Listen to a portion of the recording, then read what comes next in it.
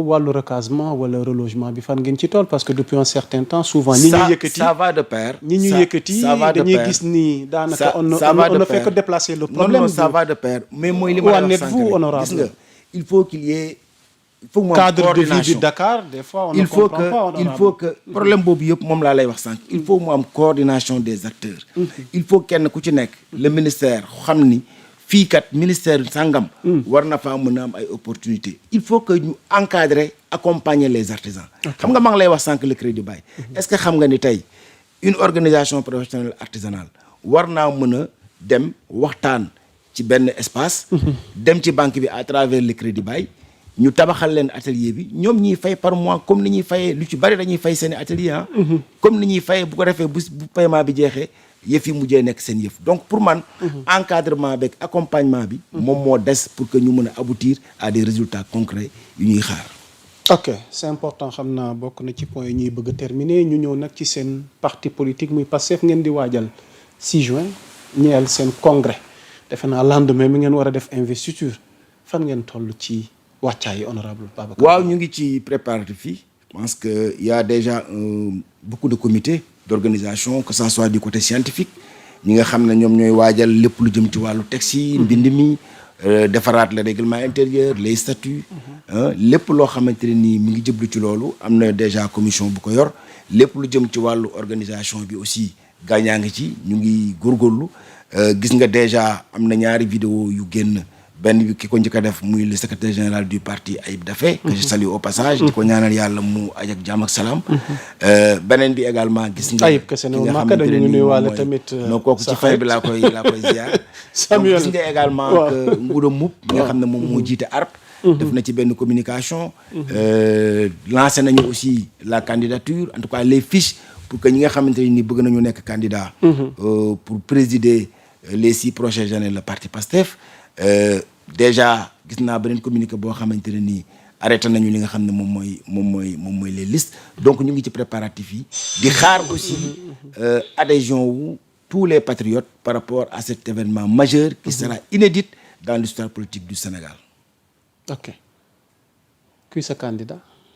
Mon candidat est le président Ousmane Sonko, le président du parti PASTEF. À part moom amul keneen ku. mënuma am beneen candidat. non à part moom ci biir parti bi. je n'essaie même pas est-ce que am na ñeneen ñi nga xamante ne nii. man j'essaie même pas de comprendre ou de savoir. xanaa démocratie amul ci biir Pastef. am na ci biir Pastef parce que. démocratie wala da ngeen mayul keneen mu joxe. démocratie moo tax. ñu lancer. les candidatures demander à ce que képp ku bëgg a nekk candidat fii ak fii ngay jaar. démocratie moo waral loolu ah. mais man sama candidat c'est le président Ousmane Sonko pour beaucoup de raisons.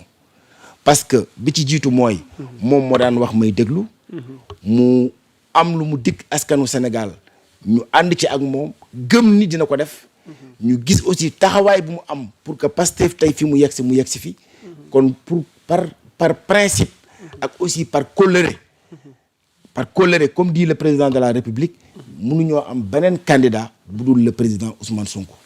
ok c'est vrai que Diomaye mënutul nekk président. mais pensez-vous que ba tey mi ngi réclamé wu ne Pastef la bokk dina teew ci seen congrès bi wala di ngeen ko invité. je ne pense pas xaw ma ndax dina ñëw ou du ñëw mais su ma amoon man tey conseil bu ma koy jox dama ko doon wax ne na ñëw teew ci congrès bi man su ma amoon conseil bu ma koy jox dama ko daan na ñëw teew ci congrès bi. pourquoi d'autant plus que mi ngi réclamé wu que ni moom Pastef la bokk ça c'est un et lu ci mënta nekk aussi tey même s'il y a des divergences politiques avec le président du parti notamment avec beaucoup de patriotes par rapport à la démarche mais jàpp naa ni comme le président Ousmane Sonko l'a dit am na ay jéego yoo xam ne lu waay mënti waxit am na ay jéego yoo xam ne jot na ko def ci biir parti bii di parti Pastef donc jàpp naa ni tey Pastef war a organiser congrès pour la première fois depuis qu'il a été créé mu am fukki at ak ñaar jàpp naa ni jaadu na képp koo xamante ni responsable nga au niveau de Pastef nga mën a teew ci congrès boobu parce que ça sera inédit et c'est historique. dañuy terminer ak dialogue bi donte am na loo ci brosse ci biir waxtaan wi waaye pour ñu desandi ci terminer wax nga ci sa position d'abord mais gis nañ ko mel ni Idrissa Seck mu décliner moom dem ci dialogue bi mu fekk si peut-être yow it sa position tey ban taxaw seetlu ko ci am. non ñaar laa ci ciy wax man du ma bëgg sax di commenter peut-être sur la position de certains hommes politiques mais président Ousmane Sonko le premier ministre Ousmane Sonko mu ngi koy wax sànq. au niveau de l'Assemblée. am na ci ñoo xam ne dañoo joxe woon déjà seen cadre ne dañuy dem. kon yaa ngi bëgg a anticiper fi mu bëgg a jëm. mais kon yaa ngi noonu allez-y mais ñoom seen dem dialogue bi dañ ko conditionné ci tàggoo premier ministre ak président de la République. ce qui est extrêmement grave. ah bon ah oui c'est ça la vérité aussi ñu ci bari ci homme politique yi opposition bi. ñoom jàpp nañ ne seen dem dialogue ak le président de la République. mooy ne président de la République toggoo kële. mënuma la wax ne la kii ak ci la bokk. mënuma la wax ne la kii ak kële. des anciens premiers ministres je peux pas vous dire que kii ak kii ci la bokk. tàggali ko Ousmane Sonko ak Diomaye. ñu ci bari bu ñu tàggali xëyee ko nañ ba noppi politiquement parlant. non tàggaloo amu fii. parce que Ousmane Sonko reste le premier ministre du Sénégal et il continuera à rester le premier ministre du Sénégal. ah oui. kon ñooñu éventuel xibaar yooyu ñu ñuy wax naan à tout moment mën nañ ko dindi. à la tête de la primature yaa ma gën a xam. coow loolu d'autant plus que waxal na ko boppam am na ñoo xam ne ñu ngi liggéey ci suuf pour. xanaa moom mu neex ko. mu ne bëggatuma nekk premier ministre. mais fekk Ousmane le président du parti Pastef Ousmane Sonko mi ngi bëgg pour jiite le gouvernement du Sénégal il le restera pour beaucoup de raisons. ok pour beaucoup de raisons c'est-à-dire. bi ci jiitu mooy. dafa am rôle bu am solo bu premier ministre di jouer actuellement Sénégalais yëpp gis ko sur la reddition des comptes. sur le plan économique. non xaaral rek ma ñëw. il est bien vrai qu'il a même annoncé ces 2 ans à la tête de la primature mais côté justice moom. il est en train de se battre mais wax naa la ko sànq bul fàtte ni aussi justice institution la am na ci loo xamante ne nii xëj na moom amul prérogative yi. président de la République moo am prérogative yi. mais moom en tant que premier ministre amul prérogative lenn li ci wàllu justice. kon jàpp naa ni ku mel ni le premier ministre Ousmane Sonko Sénégal musul am premier ministre bu mel ni Ousmane Sonko tey sur le plan de peut-être de la gestion de l'État de manière générale mais mënuñu am ko gën. est-ce que ñun tey peuple sénégalais dañu war a toog di seetaan ba ay opposants yoo xamante ne nii xëj na ñoom leur seul problème c'est Ousmane Sonko. di manigancer di wuur kii ak pour mu jóge fa du fa jóg fa lay toog ne rëj nekk premier ministre du Sénégal. Amadou Ba est resté 6 ans sans recevoir aucun franc des fonds de l'FMI wax na ko bi ko Diomaye recevoir nga bëgg def Ousmane Sonko comme le premier ministre que le Sénégal n'ait jamais eu. xam nga dafa am loo xam ne. 2 ans rek la amagum ci primature bi est-ce que duñu bàyyi ba mu jeexal mandat bi. d'autant plus que sax il a annoncé ces 2 ans la tête de la primature. en termes de bilan. est-ce que Amadou Ba fekk na une dette cachée de plus de 7 000 milliards. non. voilà la question qu'il faut se poser. mais est-ce que débat sur la dette cachée boobu ba tey moom et aujourd'hui non mais Macky Sall yow mais yow vous êtes de la presse vous êtes un journaliste. su ko Macky Sall weddee. yow nga gis FMI def communiqué par rapport à cette dette là. je pense que yow waratoo nekk sax ci débat wu. est-ce que Macky wax na ko wala waxu ko. Macky ay waxam. yaakaar naa ne sénégalais yi xam nañu ay waxu Macky Sall. donc li am solo. mooy sénégalais yëpp xam nañ ne effectivement il y avait une dette cachée délibérément de la manière la plus honteuse et dépensée aussi de manière indigne parce que lu ëpp ci xaalis boobu mi ngi ñoom seeni poche loolu mooy dëgg c'est ça la vérité et c'est ça qui fait mal aux patriotes et même au peuple sénégalais. pourquoi 2 ans après jusqu'à présent pôle financier ba léegi amagul benn dossier boo xam ne atte nañ ko. ci lu jëm ci li nga xamante ne nii moom mooy cet enrichissement illicite. wala boog yenn yu jéggi dayo yi. pourquoi. ça on se pose les questions.